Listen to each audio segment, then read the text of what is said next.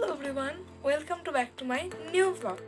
আবার একটা ব্লগ নিয়ে হাজির হলাম। আজকে হলো রবিবারের বিকেল, আর এখন আমি রেডি হচ্ছি আমার মাসির বাড়ি যাওয়ার জন্য, যেটা তোমরা থাম্বনেল দেখেই বুঝে গেছো। তো চলো, এদিকে মাসি আর দিদি আমাকে ফোন করেছিল যে কখন আসছিস তোরা। অনেক বাজে, এখন 5:15, আর আমাকে এখন সন্ধ্যা দিয়ে তারপর বেরোতে হবে। আমার ঠাম্মার খুবই শরীর খারাপ। আমার ঠাম্মা পিসির বাড়ি গেছিলো মাঝে, তো বাড়ির সব কাজে বেশিরভাগ কাজ আমাকে করতে হয়েছিল।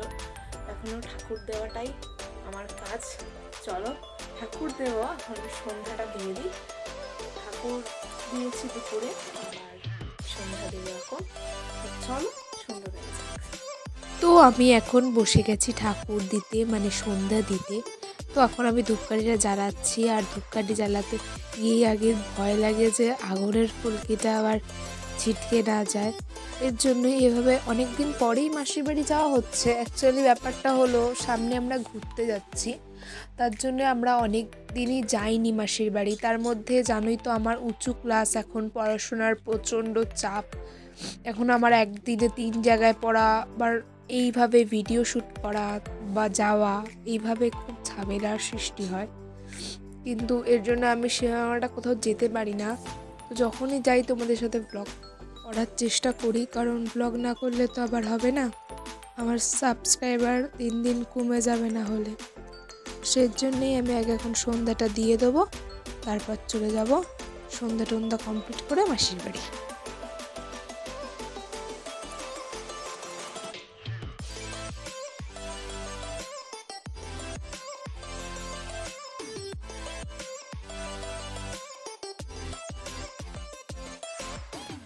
তো মা এখনও ঘুমাচ্ছে, আর আমি ভাবলাম যে না, এবার রেডি হয়ে নিই, নাহলে অনেকটা দেরি হয়ে যাবে। আর মার একবার যদি দুপুরবেলা ঘুমিয়ে পড়ে না গাইস, তো উঠতেই চায় না, একদমই উঠতে চায় না, ঠেলে উঠাতে হয়। দেখো পিছনে মা শুয়ে আছে, আর আমি সামনে ভিডিও বানাচ্ছি। তো এই চুলের এই স্টাইলটা আমার করতে খুব ভালো লাগে, তাই মাঝে মাঝে আমি এই স্টাইলটা মাঝে মাঝে বেশিরভাগ ভিডিওতে এই স্টাইলটা দেখা যায়। তো আমার বোনু তো এখন ছোট, আর অনেক দিন পরে দেখলে খুবই আনন্দ পাবে। আর চলো তাড়াতাড়ি রেডি হয়ে মাকে তুলে তারপর যাব। সুন্দরভাবে রেডি হয়ে নিয়েছি, কিন্তু মা তো এখনও উঠতেই চাইছে না। মাকে আমাকে ডেকে ডেকে তুলতে হবে। এই দুপুরবেলা যদি এই মানুষটা একবার ঘুমিয়ে পড়ে, তো কারোর ওঠানোর সাধ্য নেই। তো চলো আমি ডেকে তোলার চেষ্টা করি।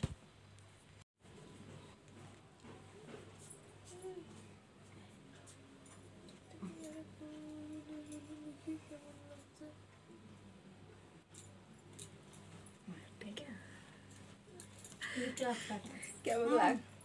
এটা দেখা যাচ্ছে না, দেখ তাও এদিকে এদিকে, হ্যাঁ ওটা উঠিয়ে দে।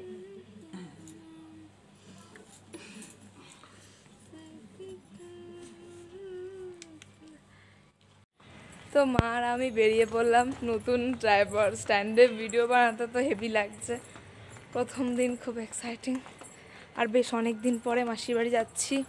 তো মাসির বাড়িতে যেদিকটা সেদিকটা ভীষণ ঠান্ডা, সেজন্যই মানে একদম ভালো করে টুপি টুপি পরে নিয়েছে। নাহলে আমি টুপি পরবো? এই টুপিটা আমাকে মাম্মাম দিয়েছিল, থ্যাংক ইউ। খুব সুন্দর লাগছে না গাইস? কমেন্ট করে জানাতে ভুলো না। মা তো একদম সাদা মাটা সেরে যাচ্ছে। আমা, কতদিন পর বোনের বাড়ি যাচ্ছ? 3 মাস। 3 মাস পর গাইস। সো এখানে আমরা চলে এসেছি মিষ্টির দোকানে। প্রথমে ভেবেছিলাম দুজনে যে মিষ্টি নেব, তারপর আমি মাকে বললাম না মা, সিঙ্গারা নাও, মামা সিঙ্গারা ভালো খায়।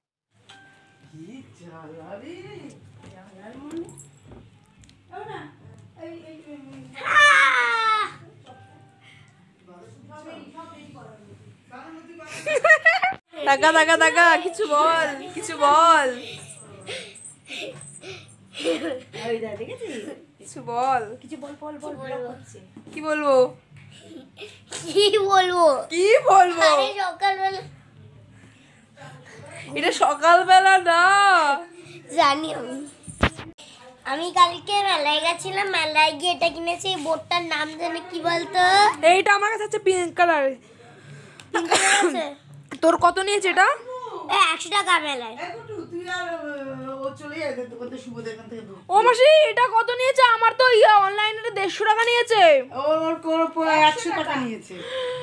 ও মা, আমার তো 150 টাকা নিয়েছে অনলাইনে। এই দেখো, হ্যাঁ সেম জিনিস তো আমাদেরও আছে, শুধু পিঙ্ক কালারের। কালকে নিয়েছে। আমাদের 1.5 বছর, ওটা 1 বছর হয়ে গেছে। কাজ থেকে আর বলিস না। আমরা তুই আরো চলে একটা 5টা পেজ আছে। চ দুধ আনতে যাই। তো এখানে মা বসে গেছে। কি ভাজতে বসেছো? মা বসেছে, দাঁড়াও আসছি তোমার কাছে। তো হ্যাঁ, এখানে মা কি ভাজছো?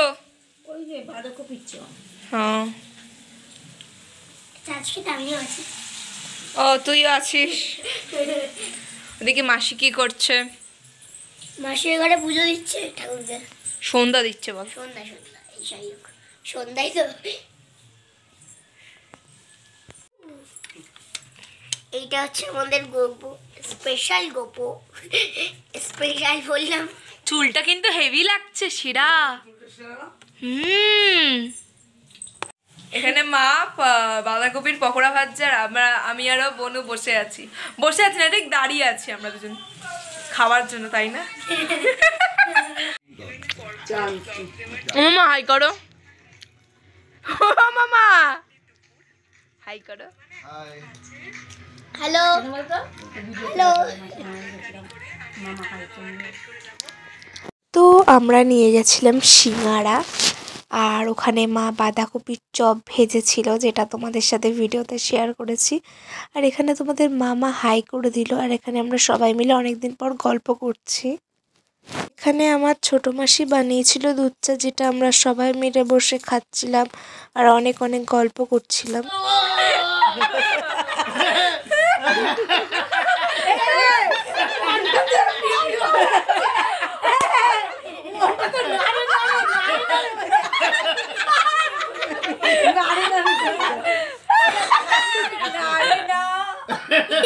তো এখানে দিদি দেখাচ্ছিল, দিদি দাদা ভাই যেগুলো দিয়েছে সেগুলো দেখাচ্ছিল, দাদা ভাই অ্যান্ড আমার ছোটো মাসি যেগুলোকে গিফট করেছে সেগুলোই দেখাচ্ছিল। খুব সুন্দর হয়েছে এই সিলভার কালারের এই ইয়াররিংসটা, আর তার সাথে এইটাও গিফট করেছে। এটা দিয়েছে মানে ছোটো মাসি, আই থিঙ্ক, আমি ঠিক মনে নেই কি দিয়েছে।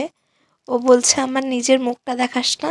ও বললো যে সিলভার কালারের গুলো নাকি ও যা পরবে, নাকি সিলভার না একটা গোল্ডেন যে কোনো একটা পরবে, কী সাজবে ও এখনও আমাকে ঠিক করেনি। আর এখানেও দেখাচ্ছিল কি কি ওকে গিফট করেছে, ইয়াররিংস, তারপরে ক্লিপ, তারপরে চেন, তারপরে আংটি, তারপরে এইগুলো অনেকগুলো গিফট পেয়েছে, সেগুলোই পরিয়ে পরিয়ে সুন্দরভাবে দেখাচ্ছিল যে কেমন লাগছে। আর সেগুলো অনেকদিন পর যদি বা মা গেছে তো মাকে দেখাচ্ছিলো, আর তার সাথে আমিও দেখছিলাম, তার সাথে ভিডিওটাও বানাচ্ছিলাম। আর এটা আমাকে ভয়েস ওভারিং করতে হয়েছিলো, কারণ পাশ দিয়ে অনেক চেঁচামেচির আওয়াজ আসছিলো, এর জন্য ভয়েস ওভার করলাম। কারণ আমি এমনিও ভয়েস করেছিলাম ওখানে, কিন্তু সেই ভয়েসটা ভালো লাগছিলো না বলে আমাকে আবার নিউ করে ভয়েস ওভার করতে হলো। আর এইটা আমার সেরা লেগেছে। এইটা কিন্তু শাড়ির সাথে যে কোনো অ্যাক্সেসরিজ পরলে হেভি দেখতে লাগবে। আমার বিশেষ করে জানো কোরিয়ান ইয়াররিংসগুলো বেশি ভালো লাগে, আমার কোরিয়ানের জিনিসপত্রগুলো বেশি ভালো লাগে। তারপরে এই গোল্ডেন যে ব্রেসলেটটা, এটা কিন্তু খুব সুন্দর হয়েছে, সেটাই বলছিলাম। তো এইটাই হয়েছে, আর কিছু না। এরকম করে আমরা অনেক অনেক গল্প করলাম, কারণ 3 মাস পর গেছি, এটা মানে একটা বিশাল ব্যাপার। কেন আমরা মাসির বাড়ি যখন যেতাম না, একবার প্রতি সপ্তাহে একবার করে তো যেতামই। মানে আমি যখন 8ম শ্রেণীতে পড়তাম তখন আমি প্রতি সপ্তাহে একবার করে যেতাম রবিবার। আর এখন তো আর যাওয়া হয় না, সেজন্যই কেমন একটা লাগে এখন। তো এখানে আমি বসে পড়েছি খেতে, আর এনিওয়ে অনেকটা রাত হয়ে গেছে, আমাকে আর অনেকটা রাস্তা যেতে হবে আমাকে আর মাকে। গাড়ি ঘোড়া রাত হয়ে গেলে এদিক থেকে গাড়িটা পাওয়াই মুশকিল। আর এখানে আমাকে ভাত দিয়েছে, অনেক দিন পরে বেশ রাতে ভাত খাচ্ছি, কেন রাতে রুটি খাই। ডায়েট করতে করতে এই যে মাঝে মাঝে যে ভাত খাওয়া হয়ে যায়, এতেই প্রবলেম হয়ে যায়। আর এনিওয়ে আজকে মাসি বানিয়েছিল কাতলা মাছ আর বেলে মাছ।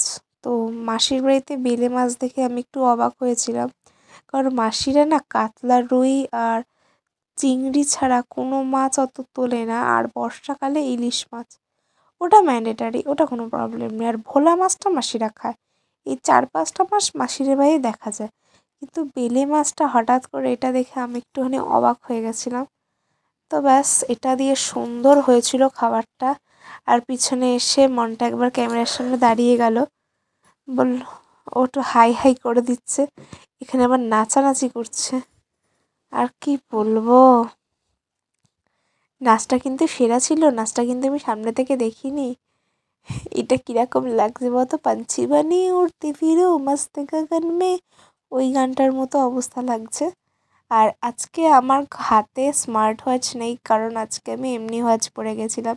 স্মার্ট ওয়াচে চার্জ ছিল, বাট আমার মনে হলো মাঝে মাঝে এমনি ওয়াচগুলো পরা ভালো। এই ওয়াচটা আমি স্কুলেই ইউজ করি, আবার মাঝে মাঝে কোথাও গেলেও ইউজ করি।